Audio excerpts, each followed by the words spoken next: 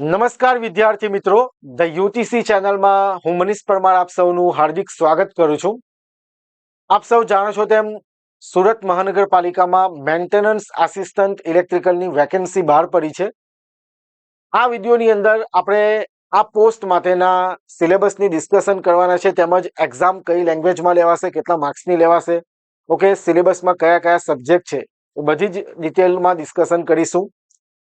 એ પહેલા જે વિદ્યાર્થીઓ આ ચેનલ ઉપર નવા હોય, વિડીયો પહેલી વાર જોઈ રહ્યા હોય તો ચેનલને સબસ્ક્રાઇબ કરી દેજો અને બેલ આઇકન પ્રેસ કરી દેજો, કારણ કે જ્યાં સુધી આ એક્ઝામ કન્ડક્ટ નહીં થશે ત્યાં સુધી આપણે તેની દરેક અપડેટ આપણા વિડીયો આ ચેનલ ઉપર લાવતા રહીશું. અને એક ઇમ્પોર્ટન્ટ માહિતી કે મેન્ટેનન્સ આસિસ્ટન્ટ અને આસિસ્ટન્ટ એન્જિનિયર ઇલેક્ટ્રિકલ માટેની તૈયારી તેમજ અપડેટ માટે આપણે એક કોમન ગ્રુપ બનાવેલું છે, વોટ્સએપ ગ્રુપ, જેની લિંક ડિસ્ક્રિપ્શનમાં છે.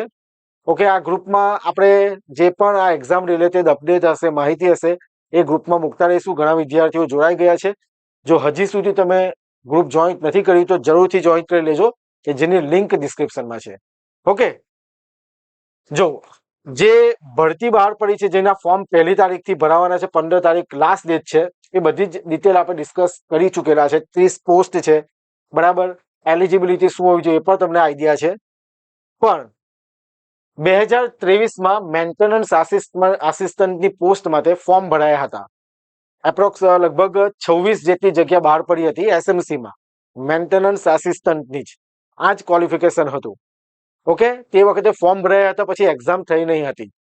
તો હમણાં આ એક્ઝામ એટલે કે આ પોસ્ટ જે 2023માં જે ફોર્મ ભરાયા હતા મેન્ટેનન્સ આસિસ્ટન્ટના, તેની એક્ઝામ ડિક્લેર થઈ ગઈ છે, બરાબર.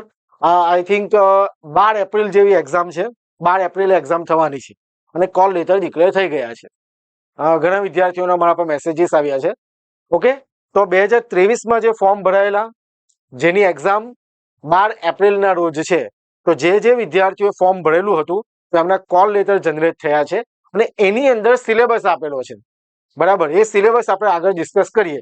તો આપણે જે ફોર્મ હવે ભરાવાના છે 30 પોસ્ટ માટે મેન્ટેનન્સ આસિસ્ટન્ટની વાત કરીએ, જે 1 એપ્રિલથી 15 એપ્રિલ સુધી ફોર્મ ભરાવાના છે, નવી વેકેન્સી જે આવેલી છે તે, તો એની અંદર પણ લગભગ આ સિલેબસ હોઈ શકે, બરાબર. જો કઈ ચેન્જીસ કઈ આમ તેમ કરે છે એસએમસી તો આપણે એના પર તો વિડીયો બનાવીશું, પણ હમણાં હાલમાં તો આપણે આ જ સિલેબસને રેફરન્સ લઈશું, જે 2023ની જે વેકેન્સી હતી એના.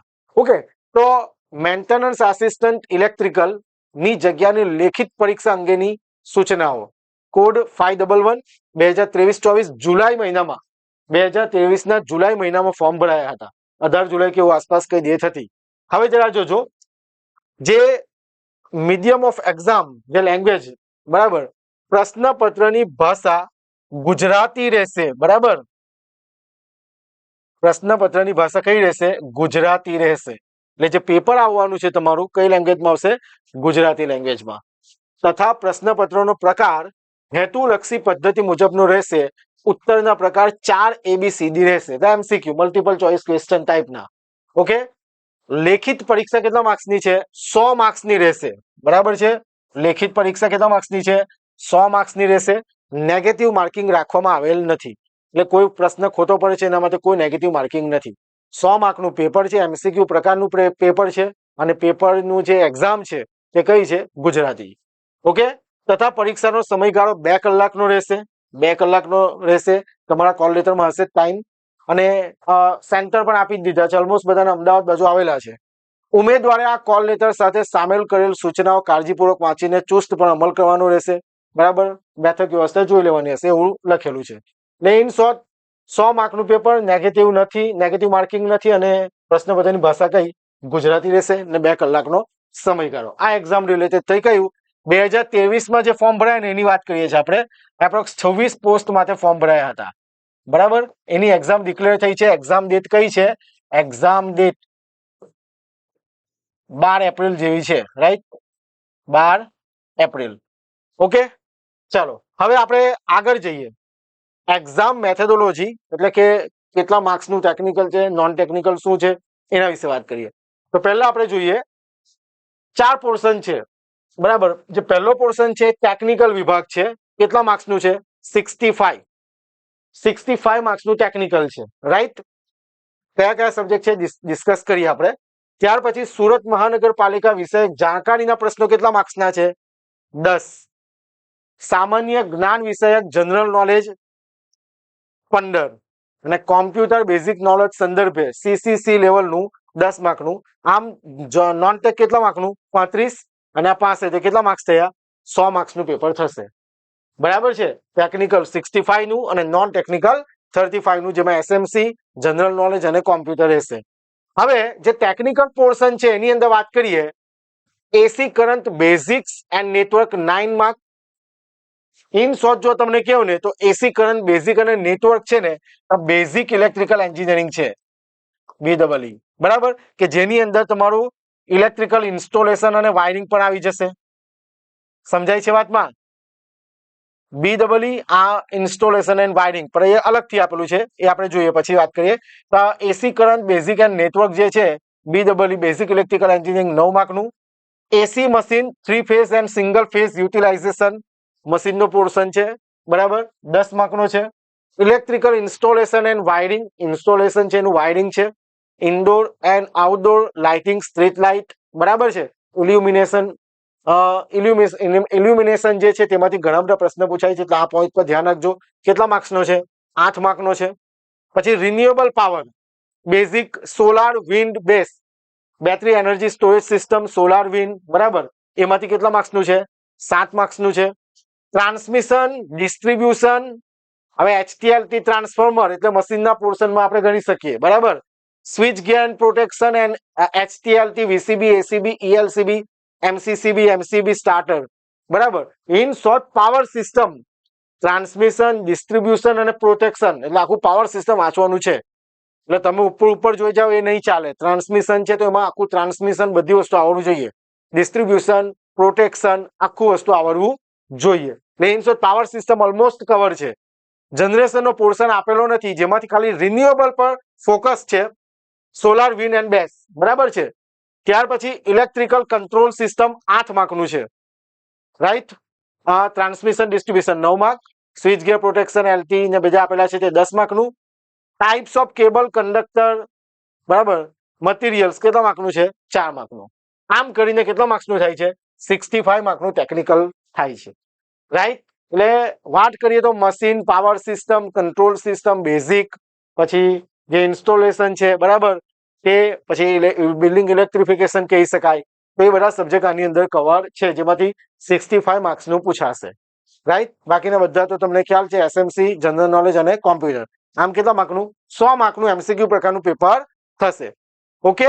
હવે જરા જે તે કેટેગરીના જે ઉમેદવાર છે એના માટે જનરલ માટે 50%, SC ST OBC, પછી મહિલા અને એસએમસી એમ્પ્લોય માટે 45% પાસિંગ માર્ક.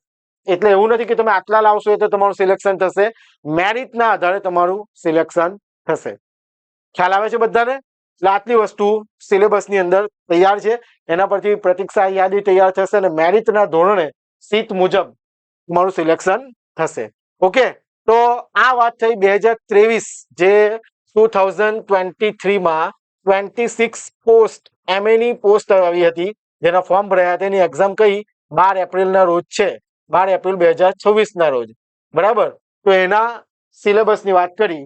હવે જે ન્યૂ વેકેન્સી છે, આસિસ્ટન્ટ મેન્ટેનન્સ આસિસ્ટન્ટ ઇલેક્ટ્રિકલ 30, બરાબર, કે જેના ફોર્મ કઈ તારીખથી કઈ તારીખ? તો 1 એપ્રિલ 2026 થી 15 એપ્રિલ 2026 સુધી ફોર્મ ભરાવાના છે. તો આપણે હાલમાં એવું કહી શકીએ કે આ જ સિલેબસ, આ જ પેટર્ન ફોલો થઈ શકે. સમજાય છે વાતમાં? કારણ કે તમારે ઘણા વિદ્યાર્થીઓ કોલ મેસેજીસ કરે છે કે સર શું વાંચું, તો તમે આ રેફરન્સ લઈને વાંચી શકો. જો કોઈ ચેન્જીસ આવશે કે આમ તેમ હશે તો એના પર અપડેટ આપીશું, બરાબર. પણ હાલમાં જો તમે તૈયારી કરી રહ્યા છો તો આના બેઝિસ પર તૈયારી કરી શકો. હવે જે વિદ્યાર્થીઓની 2023માં ફોર્મ ભરેલું છે એવા વિદ્યાર્થીઓની જેની 12 એપ્રિલે પરીક્ષા છે, અને જે વિદ્યાર્થીઓ આ ફોર્મ ભરવાના છે 1 એપ્રિલથી 15 એપ્રિલ 30 પોસ્ટ માટે, બંને પ્રકારના વિદ્યાર્થીઓ માટે ધ UTC એપ્લિકેશન પર આપણે એક electrical engineering foundation course launch કરેલો છે. એટલે એમાં ઘણા વિદ્યાર્થીઓ એવા પણ છે કે જેમણે આસિસ્ટન્ટ એન્જિનિયર ઇલેક્ટ્રિકલનું પણ ફોર્મ ભરશે, મેન્ટેનન્સ આસિસ્ટન્ટ ઇલેક્ટ્રિકલનું પણ ફોર્મ ભરશે, બરાબર. ને જે વિદ્યાર્થીઓ 12 એપ્રિલે પરીક્ષા આપવાની છે તે બધા વિદ્યાર્થીઓ માટે ફાઉન્ડેશન કોર્સ અવેલેબલ છે, બરાબર, કે જે કોર્સની વેલિડિટી 1 વર્ષની છે, જેમાં એસએમસી નો સિલેબસ કવર થઈ જશે, રાઈટ. જે ટોપિક્સ આપેલા છે તે વેલિડિટી 1 વર્ષની રહેશે. કોર્સની ફી 7,999 રૂપિયા છે, બરાબર, 7,999 રૂપિયા છે.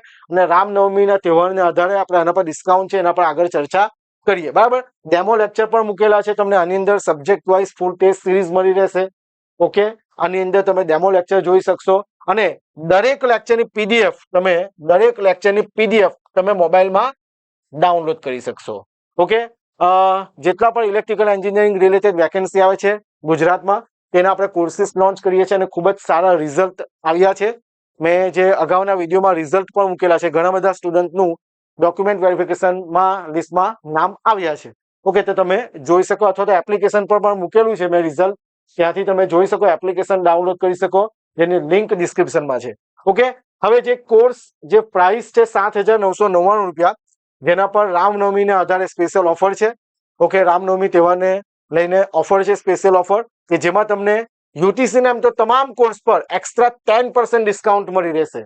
ઓકે, જો તમે આ કોર્સમાં એનરોલ કરવા માંગતા હોય તો તમને એક્સ્ટ્રા 10% ડિસ્કાઉન્ટ મળી રહેશે 3 દિવસ પૂરતું, 25, 26 અને 27 માર્ચ 2026. 3 દિવસ આ ઓફર વેલિડ રહેશે, કે જેના માટે તમારે કૂપન કોડ એપ્લાય કરવાનો રહેશે SRN10, બરાબર. કૂપન કોડ એપ્લાય કરવાનો છે SRN10.